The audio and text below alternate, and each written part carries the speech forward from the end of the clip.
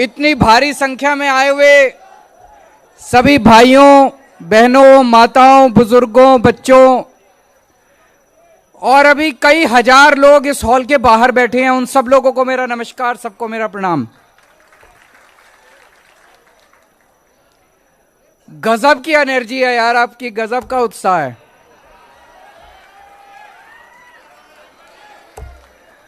और अभी हम अहमदाबाद से निकले यहां आने के लिए, सड़क के दोनों तरफ इतने लोग थे, ऐसे लग रहा था जैसे गुजरात के अंदर क्रांति आ रही है।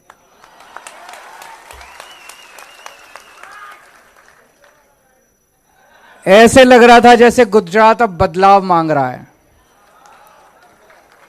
इसीलिए मनीष सिसोदिया के यहां सीबीआई की रेड हो रही है कि नहीं है?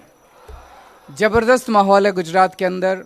27 साल के गंदे शासन के बाद अब गुजरात बदलाव मांग रहा है।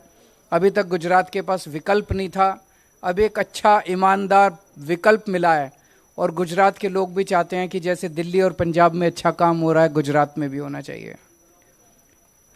ये धर्म युद्ध है, ये महाभारत की तरह है। जैसे महाभारत की आपने कहानी सुनी होगी, जब महाभारत युद्ध शुरू हो गया तो श्री कृष्ण जी सोए हुए थे, उनसे मदद मांगने के लिए दुर्योधन और श्री कृष्ण दोनों पहुंचे। दुर्योधन उनके सिरहाने बैठ गए, श्री कृष्ण उनके पांव के, अर्जुन उनके पांव के पास बैठ गए श्री कृष्ण जी के। उनकी जब आंखें खुली तो उनको पहले अर्जुन दिखाई दिए। उन्होंने अर्जुन से पूछा क्या चाहिए, तो दुर्योधन ने कहा पहले मैं आया था, मैं मांगूंगा। तो उन्होंने कहा नहीं, पहले मैंने इनको देखा। तो अर्जुन ने कहा कि भगवान, इस युद्ध के अंदर मुझे आप चाहिए, मुझे श्री कृष्ण चाहिए, भगवान चाहिए। दुर्योधन मन मन में बड़ा खुश हुआ, उसने कहा मेरे को तो सेना चाहिए थी। तो उसने कहा भगवान अगर ये ऐसे कह रहे हैं तो आप इनके साथ चले जाइए, मुझे अपनी सेना दे दीजिए। आज इन लोगों के पास पूरी सेना है, इन लोगों के पास पूरी ताकत है, इनके पास सीबीआई है, इनके पास ईडी है, इनके पास इनकम टैक्स है, इनके पास पुलिस है, इनके पास सारी, इतना पैसा है इन लोगों के पास। हमारे साथ श्री कृष्ण है, हमारे साथ भगवान है और अंत में जीत सच्चाई की होगी, भगवान की होगी। और जनता के, भगवान जनता के दिल में बसते हैं, जनता भगवान होती है, जनता जनार्दन होती है। आज जनता हमारे साथ है, ये जितना मर्जी हमें परेशान कर लें। आज दिल्ली में हमने शिक्षा और स्वास्थ्य में शानदार काम किया है। ऐसा काम किया है कि 75 साल, आजादी के 75 साल में इतना अच्छा काम कभी नहीं हुआ। जैसा भी मैं आपसे पूछ रहा था, मैंने आप लोगों से पूछा भाई सरकारी अस्पताल में कौन कौन लेके जाता है? कोई नहीं लेके जाता। दिल्ली में आजकल अमीर लोग भी सरकारी अस्पताल में अपना इलाज कराते हैं। यकीन नहीं होगा आपको, आपको लगेगा केजरीवाल झूठ बोल रहा है। मैं आपसे निवेदन करूंगा, जो जो आ सकते हैं एक बार दिल्ली का चक्कर काट के आओ, दिल्ली होके आओ, दिल्ली के लोगों से फोन करके दिल्ली के लोगों से पूछ लो। अगर दिल्ली में फोन करके पूछना, अगर कोई आदमी अगर आपको यह कह दे कि केजरीवाल अच्छा काम नहीं कर रहा, मुझे गुजरात में वोट मत देना। दिल्ली होके आओ, सरकारी अस्पतालों में घूम के आओ, सरकारी मोहल्ला क्लिनिक में घूम के आओ। दिल्ली के अंदर ग्रेटर कैलाश एक कॉलोनी है, सबसे अमीर लोग दिल्ली के वहां रहते हैं। वहां पे हम लोगों ने सरकारी डिस्पेंसरी बनाई है उन लोगों की मांग पे।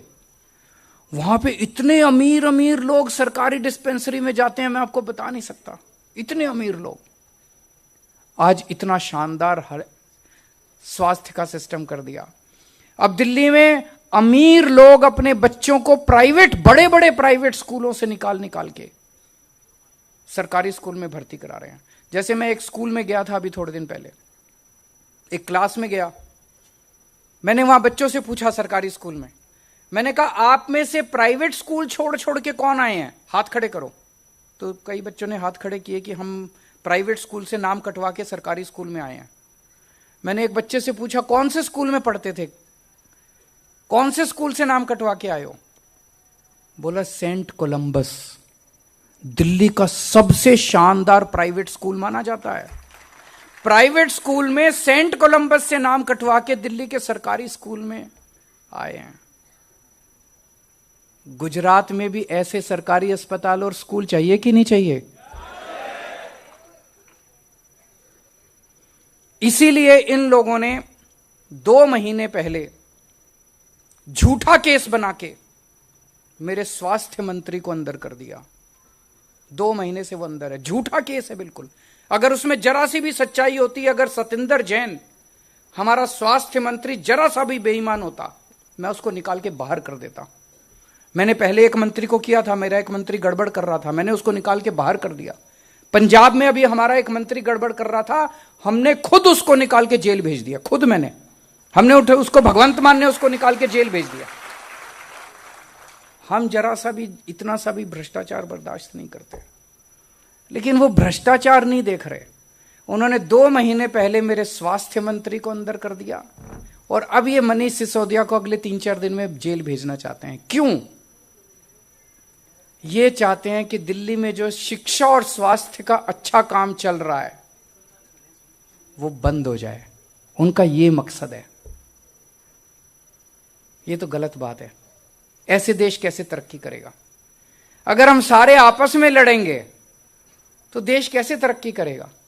हमें तो यह सोचना चाहिए कि अगर दिल्ली के अंदर शिक्षा और स्वास्थ्य का इतना अच्छा काम हो गया तो केंद्र सरकार को हमें बुलाना चाहिए था, हमें कहना चाहिए था सिखाओ, हम पूरे देश में करेंगे। यह अच्छी बात होती कि नहीं होती? कि केंद्र सरकार को बुलाना चाहिए था मनीष सिसोदिया को कि मनीष जी आपने बड़ा अच्छा काम किया, आप दूसरी पार्टी से हो सकते हो, लेकिन हमें बताओ, हम पूरे देश के स्कूल ठीक करना चाहते हैं। उन्होंने ऐसा नहीं किया। उन्होंने सीबीआई भेज के अब इसको गिरफ्तार करेंगे, उसको भी गिरफ्तार कर लिया ताकि दिल्ली का काम रुक जाए। दिल्ली का काम रुकने नहीं देंगे। थोड़ी अड़चन आ सकती है, थोड़े दिन के लिए स्पीड कम हो सकती है, लेकिन काम नहीं रुकने देंगे हम लोग। दिल्ली में हम लोगों ने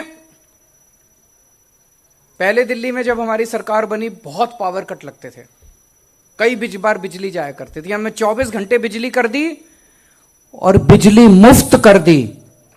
दिल्ली के लोगों को मुफ्त बिजली मिलती है। पंजाब के लोगों को भी अब 1 सितंबर से पंजाब के लोगों के 0 बिल आएंगे। 0 बिल पे 0 लिखा होता है, बिल आता है उस पे 0 लिखा होता है। आपको 0 बिल चाहिए कि नहीं चाहिए? किस किस को चाहिए? ये कहते हैं केजरीवाल पैसे लुटा रहा है, केजरीवाल फ्री की रेवड़ी दे रहा है। रेवड़ी चाहिए नहीं चाहिए? सबको चाहिए। केवल मैं कर सकता हूं, ये नहीं करेंगे। 27 साल में इन्होंने नहीं किया, तो मेरी पहली गारंटी है हमारी सरकार बनेगी, सरकार बनने के 3 महीने के अंदर आपके सबके बिजली के बिल 0 आया करेंगे।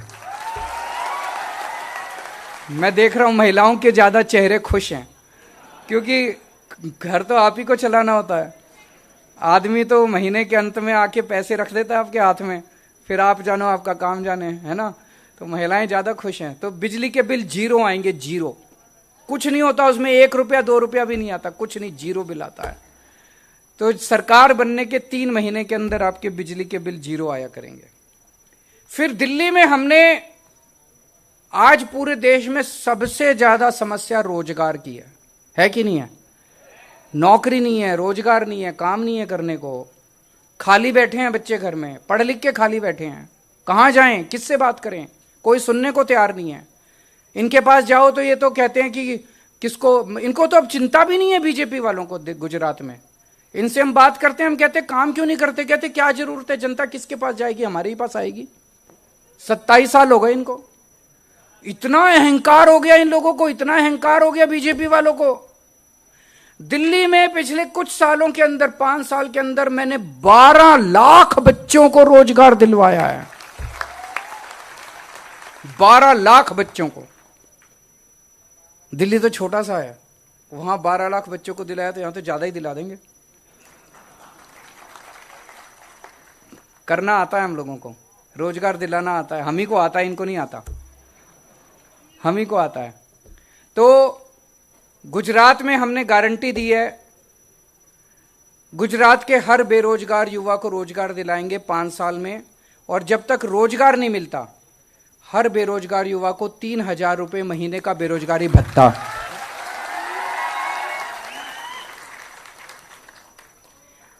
दस लाख सरकारी नौकरियां देंगे। इसकी पूरी प्लानिंग की है हम लोगों ने, झूठ जैसे अभी मनीष जी ने बताया, इन्होंने प्लानिंग की। गुजरात में इतने स्कूल हैं, इतने नए स्कूल खोलने पड़ेंगे, उसमें इतने टीचर लगेंगे, 1 लाख तो नए टीचर लगाने पड़ेंगे, जितना अभी है उससे 1 लाख और नए टीचर लगाने पड़ेंगे। हम इतने नए अस्पताल खोलेंगे, इतने नए मोहल्ला क्लिनिक खोलेंगे, उतने डॉक्टर, नर्स, स्टाफ, सफाई, इतने लोगों की जरूरत पड़ेगी। तो 10 लाख सरकारी नौकरी देंगे। और ये जो पेपर फूटते हैं ना,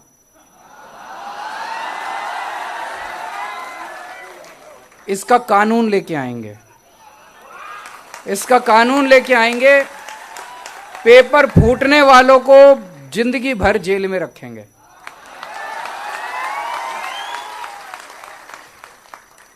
मैं देख रहा था गुजरात में सारे पेपर फूटते हैं। जो सरकार एक पेपर नहीं करा सकती वो सरकार क्या चलाएंगे, उनके बस की बात नहीं है। जो सरकार, एक दिल्ली में अभी तक एक पेपर नहीं फूटा 7 साल में। जो गुजरात में अगर सरकार एक पेपर नहीं चला, से एक पेपर नहीं कर सकती, वो क्या सरकार चलाएगी। उनको छोड़ देना चाहिए, उनके बस की बात नहीं है। हम एक भी पेपर नहीं फूटने देंगे, टाइम पे पेपर होंगे सारे के सारे, और इसके खिलाफ एक सख्त कानून लेके आएंगे। और एक बात, 18 साल से ऊपर की हर महिला को हर महीने 1,000 रुपए उसके अकाउंट में देंगे। होना चाहिए कि नहीं होना चाहिए? मैं बहुत सारी ऐसी गरीब बेटियों को जानता हूं जिनको एडमिशन मिल जाता है अच्छे कॉलेज में, लेकिन पिताजी के पास पैसा नहीं है आने जाने का पैसा देने के लिए, कॉलेज की फीस देने के लिए पैसा नहीं है। अगर उनको 1,000 रुपए उनके अकाउंट में जाएगा तो उस बच्ची की पढ़ाई पूरी हो जाएगी।